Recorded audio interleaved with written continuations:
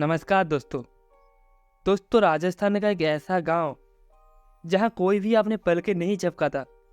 अगर किसी भी इंसान ने इस गांव में घुसकर अपने पलके झपकाए तो उसका मरना तय है, क्योंकि इस गांव में इंसानों के साथ साथ कुछ अतृप्त आत्माएं भी रहती है जो रात के वक्त इंसानों की तरह ही बर्ताव करता है। क्योंकि दोस्तों ये सब मैंने तब जाना जब मैं गलती से एक आदमी के साथ उस गांव में घुस गया, और फिर आगे जो हुआ मेरे साथ वो सुनकर शायद आप भी राजस्थान के इस गांव में जाने से पहले 10 बार सोचेंगे। तो आइए शुरू करते हैं मेरी इस पूरी खौफनाक सच्ची घटना को और भी डरावनी लफ्ज़ों में। नमस्कार दोस्तों, मेरा नाम प्रीतम्बर है और मैं राजस्थान का ही रहने वाला हूँ। लेकिन मैं इस गांव से बिल्कुल अनजान था कि राजस्थान राज्य में एक ऐसा भी गांव है जहां पर सिर्फ इंसानों की मौत लिखी जाती है। और तो और मैं इस बात से भी अनजान था कि ये गांव आखिर राजस्थान में किस जगह पर है। खैर दोस्तों, वक्त का तो किसी को भी मालूम नहीं होता कि कब किसके साथ क्या घटित हो जाए और वो कब किस मुसीबत में फंस जाए। लेकिन वो कहते हैं ना, किस्मत कब इंसान के साथ छोड़ दे इसका कोई अता पता नहीं होता। ऐसा एक बार मेरे साथ भी हुआ था जब ये खौफनाक घटना मेरे साथ घटी थी। दरअसल मैंने 22 जून की सुबह राजगढ़ के लिए अपने यहाँ से बस पकड़े थे। मैं अपने किसी काम के चलते बैरागढ़ जा रहा था, लेकिन मुझे बैरागढ़ पहुँचने के लिए उससे पहले एक और बस डिपो पर उतरना था जहाँ से बस सीधे बैरागढ़ के लिए ही जाती थी। वो क्या है कि मेरे यहाँ से डायरेक्ट बस नहीं थी, जिस वजह से मुझे दूसरी बस पकड़नी थी। खैर मैं अपने यहाँ से तो टाइम पर निकल गया था, और जब बस पंपोर पर पहुँची तो वो बस का आखिरी स्टैंड था, यानी कि मुझे यहीं से ही बैरागढ़ के लिए बस पकड़नी थी। जब मैंने पंपोर पर उतरा तो रात के यही कोई 7:15 बज रहे थे, और जब मैंने बस ड्राइवर से बात की तो बस को निकलने में यही कोई पौना घंटा बाकी था। पूरे दिन के सफ़र के कारण मैं काफ़ी थक गया था, तो मैंने सोचा कि क्यों ना कुछ खा लिया जाए। तो मैं पास के एक दुकान पर जाकर थोड़ा कुछ खा पी लिया और जाकर बस में बैठ गया। जब मैं बस में बैठा तो अभी भी बस में आधे से ज़्यादा सीट खाली थी, और जब बस का समय पूरा हुआ तो बस ने भी चलने की दस्तक दे दी। पर अच्छी बात तो ये थी कि बस ने अपना स्टैंड छोड़ दिया और अब हम मेन हाईवे पर थे। सुबह के 4 बजे बस मुझे बैरागढ़ पर उतर देती और वक्त भी 10:30 का हो रहा था। रात के अंधेरे को चीरते हुए बस आगे की तरफ बढ़ रही थी। फिर इसी बीच मेरी नज़र मुसाफिरों पर गई जो एक गहरी खामोशी के साथ सो रहे थे, तो मुझे भी उबासियाँ आने लगी, जिस वजह से मैं भी नींद के आगोश में डूब गया। फिर मेरी आंख तब खुली जब बस ने ब्रेक लिया। तभी मैंने बाहर का नज़ारा देखा तो चारों तरफ लोगों की चहल पहल थी। अभी मैं बाहर का नज़ारा निहार रहा था कि इसी बीच कंडक्टर ने आवाज़ देते कहा, अरे वाह, ढाबा आ गया है, सिर्फ 20 मिनट तक गाड़ी रुकेगी। तभी मैं समझ गया कि गाड़ी एक ढाबे पर रुकी है। मैं भी बस से उतरकर टहलने लगा और टॉयलेट वगैरह करने चला गया। अभी मैं टॉयलेट करके वापस लौटने रहा था कि इसी बीच मेरे पेट में जोर का दर्द उठा। वह दर्द इतना जोर का था कि मैं बर्दाश्त नहीं कर पा रहा था। लिहाज मैं अपने पेट पकड़े वहीं पर कुछ देर के लिए बैठ गया। मुझे लगा कि कुछ ही देर में मुझे आराम हो जाएगा, मगर मेरी पीड़ा बढ़ते ही जा रही थी। समझ नहीं आ रहा था कि अचानक मुझे क्या हो गया जो इतनी देर का दर्द होने लगा था। अभी मैं पेट पकड़ के बैठा ही था कि इसी बीच वहीं पर एक सफाई कर्मचारी का नज़र मुझ पर पड़ गया। वो मुझे देखते भाप गया था कि जरूर मुझे कोई तकलीफ है। लिहाजा वो जल्दी से मेरे पास आया और मुझे सहारा देते हुए टॉयलेट के पास पड़ी एक कुर्सी पर बैठा दिया। उसने मेरे हाल पूछते हुए कहा, क्या हुआ भाई साहब, कोई दिक्कत तकलीफ है क्या? जिस पर मैंने उससे सारी बात बताई। तभी उस आदमी ने मुझसे कहा, अगर ज़रा तकलीफ है, यहीं पास के गांव में एक हकीम जी रहते हैं, तुम चाहो तो मेरे साथ चलकर वहाँ से दवाई ले सकते हो। दोस्तों उस आदमी की बात सुनकर मुझे ऐसा लगा कि वो आदमी वाकई में मेरी मदद करना चाहता हो, लेकिन मैं चाहता भी तो कैसे, क्योंकि मेरे बस भी तो अब निकलने वाले हैं। अब मैंने उस आदमी को धन्यवाद देते हुए कहा, अरे नहीं नहीं, वो मेरी बस निकलने वाली है, बस मैं चला जाऊंगा यहाँ से। ये कहते हुए मैं अपनी बस की ओर बढ़ रहा था कि तभी मैंने देखा कि बस तो वहाँ से चल पड़ी है।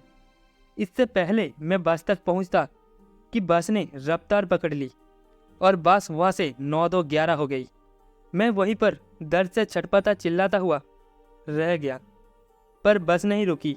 खैर, जब बस नहीं रुकी तो मैं फिर से उस आदमी के पास गया और उसे सारी बात बताई। पर सबसे हैरान की बात तो ये थी कि मेरा दर्द रुकने का नाम नहीं ले रहा था। तो मैंने उस आदमी के साथ हकीम जी के पास जाना ठीक समझा, क्योंकि अब बस तो जा चुके थे। तो मैं ढाबे पर पड़ा क्या करता, मैं दवाई ले लेता हूँ। यही सोचकर मैं उस आदमी के साथ पास के गांव की ओर निकल पड़ा। हम पैदल ही उस बैरन कच्ची सड़क पर चल रहे थे। चारों तरफ गहरा अंधेरा था। सन्नाटा इस कदर था कि हमें अपनी कदम का आहट तक सुनाई दे रही थी। मुझे तो थोड़ा बहुत डर जरूर लग रहा था, मगर जो आदमी मेरे साथ था वो बिंदास बिना किसी झिझक के आगे बढ़े चले जा रहा था।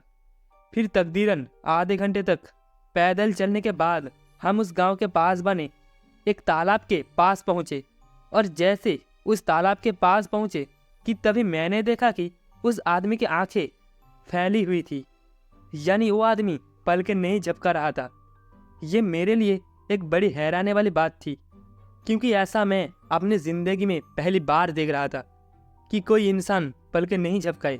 इससे पहले कि हम तालाब से आगे बढ़ते कि तभी उस आदमी ने धीरे सर से कहा, देखो, गांव से अंदर झुकने से पहले अपनी पलकें झपकाने हैं, क्योंकि इस गांव में शाम होने के बाद कोई भी पलकें नहीं झपकाता। अगर वो ऐसा करता तो उसकी मौत हो जाती है। अगर तुम चाहते हो कि तुम सही सलामत रहो तो अपनी पलकें मत झपकाना। दोस्तों, ये सब सुनते ही मेरी हवा निकल गई, क्योंकि कोई भी इंसान भला बिना पलक झपकाए कैसे रह सकते हैं। इससे पहले मौसाद मुझसे कुछ कहता कि उसने चलना शुरू कर दिया। अब मेरी हिम्मत नहीं हो रही थी कि उस आदमी के साथ जाने की, क्योंकि मुझे डर था कि वो आदमी मेरे साथ कुछ कर ना दे। तभी उस आदमी ने कहा, डरो मत, मैं जैसा कहता हूँ वैसा करो, कुछ नहीं होगा और सुबह होते ही सब नॉर्मल हो जाएगा। दोस्तों, उस वक्त मैं अपना दर्द भूल गया था और उस आदमी के साथ डरते हुए उस गांव में दाखिल हो गया। पर मुझे शांति तब मिली जब हम हाकिम जी के दुकान पर पहुंचे। उस वक्त हाकिम जी सो रहे थे, पर उस आदमी ने जैसे तैसे करके हाकिम जी को उठाया और मुझे दवा दी। वैसे डर के मारे तो मेरी आधी बीमारी उसी वक्त कट गई थी, लेकिन अब आगे क्या होने वाला था ये तो मुझे भी नहीं मालूम था। तभी मैंने हाकिम जी की ओर ध्यान से देखा तो हाकिम जी की आंखें फैली हुई थी, जिस वजह से मुझे वहाँ पर सब कुछ अजीब लग रहा था। तभी वो आदमी मुझे अपने घर लेकर आया और रात भर वहीं पर रुकने के लिए कहा। पर मैं उस वक्त बेचैन था इस बात को लेकर कि रात में इस गांव में कोई पलके नहीं झपकाता। आखिर ऐसी कौन सी वजह है जिसके चलते यहाँ पर लोगों की मौत हो जाती है। तभी उस आदमी ने कहा, अब तुम सो जाओ, तो आंखें बंद रखना, अगर आंखें खुल जाए तो पलके मत झपकाना। अब उस आदमी की बात सुनकर मुझसे रहा नहीं गया, तो मैंने उससे पूछ लिया, पर ऐसा क्या है कि पलके नहीं झपकाते, कोई दिक्कत इस गांव में? इस पर उस आदमी ने उस वक्त तो कुछ नहीं बताया, लेकिन जब सुबह हुई और गांव की लोगों की चहलकदमी शुरू हुई तो मैंने उस आदमी से पूछ लिया, अच्छा बताओ, क्यों नहीं झपकाते पलके इस गांव में? दोस्तों, मेरी लाख जीत करने के बाद उस आदमी ने जो बताया उसे सुनकर आप भी रोंगटे खड़े हो जाएंगे। दरअसल उस आदमी ने बताया कि सन 1983 ये वो दौर था जब गांव के दूर दराज तक जंगली जंगल फैला हुआ था। लाइट जैसी सुविधा भी बहुत कम थी, जिस वजह से अंधेरा अपने चरम पर रहता था और इस अंधेरे में काली ताकतें अपने शिकार के लिए बाहर आ जाते थे। पर इन सभी काली ताकतों तो वो काबू करने वाली एक महिला इस गांव में मौजूद थी, जिसका नाम कंचन था। अपनी विद्या से निपुत किसी भी ताकत को अपने बस में करने के लिए पूरी हिम्मत थी। लेकिन एक रात उसे सपना आया कि गांव के दूर जो कदम का पेड़ है उसके नीचे कलश दवा है, जिसमें ढेर सारे माया भरी हुई है। लेकिन इस माया को पाने के लिए उसे जवान बच्चों की बलि देनी होगी, वो भी खुली आंखों के साथ। तभी वो माया हासिल कर सकती है। कंचन के मन में अब लालच का दिया जल चुका था, पर अब उसे एक बच्चा चाहिए था जिसकी वो बलि दे सके। बहुत सोच विचार करने के बाद कंचन का ध्यान गांव में आए एक नट के बच्चे पर गया जो 9 साल का था।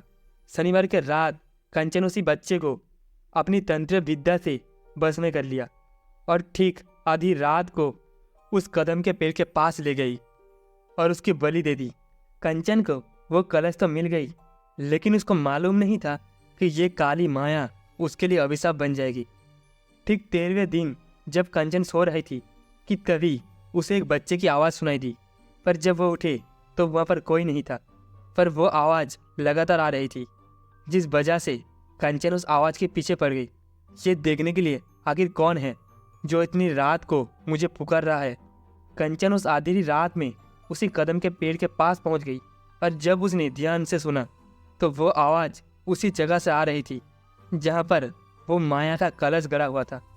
इससे पहले कंचन कुछ करती कि तभी जमीन के अंदर से एक हाथ निकला और कंचन की गर्दन मरोड़ दी और तभी से इस गांव में किसी न किसी की लाश यहाँ पर मिलने लगी। जब गांव वाले परेशान हो गए तो उन्होंने दूर के एक तांत्रिक से पूछा तो उस तांत्रिक ने सारी बात उस गांव वालों को बताई और ये भी कहा कि रात के 11:30 बजे के बाद अगर कोई इंसान अपने पलके झपकाए तो वो मारा जा सकता है, क्योंकि जब कंचन तांत्रिक ने उस बच्चे को बस में किया तो उस वक्त उसके आंखों पर पुतलियाँ फैली हुई थी और वो अपने होश में नहीं था। खासकर शनिवार के रात कोई लोग अपनी पलकें ना झपकाए, क्योंकि उस बच्चे की मौत शनिवार के रात काली माया के वजह से हुई थी, जिस वजह से उस नट का बच्चा एक मसान बन चुके है। और फिर उसी के बाद से गांव में दहशत फैल गई और उसके बाद से लोगों ने शनिवार तो क्या किसी भी दिन डर की वजह से अपनी पलकें ना झपकाए। और यही वजह है कि देर रात इस गांव में कोई पलकें नहीं झपकाता, पर सुबह होते ही सब नॉर्मल हो जाता। दोस्तों, ये गांव की जो कहानी मैंने सुनी वो बड़े ही दिलचस्प और डरावनी थी, क्योंकि इस कहानी में एक मासूम बच्चे की बेवजह अपनी जान देनी पड़ी और उसकी आत्मा आज भी एक विकराल रूप में धारण किए गांव में भटक रही है। खैर, मैं वहाँ से अपना झोला डंडा लिए सड़क में तरफ निकल गया और फिर उसके पास से मेरा उस गांव की तरफ जाना नहीं हुआ। पर जो भी था, उस रात की वो यादें आज भी मुझे पूरी तरह से एक एक बातों को याद दिलाती है कि मैं किस तरह से उस गांव में गया था और किस तरह से मैंने वो पल बिताए जो दहशत से भरी हुई है। तो दोस्तों, इस कहानी में बस इतना ही। कहानी आपको कैसे लगी कमेंट में बताना। कहानी आपको अच्छी लगी हो तो वीडियो को एक लाइक एंड चैनल को सब्सक्राइब जरूर से कर देना। मिलते हैं अगली कहानी में।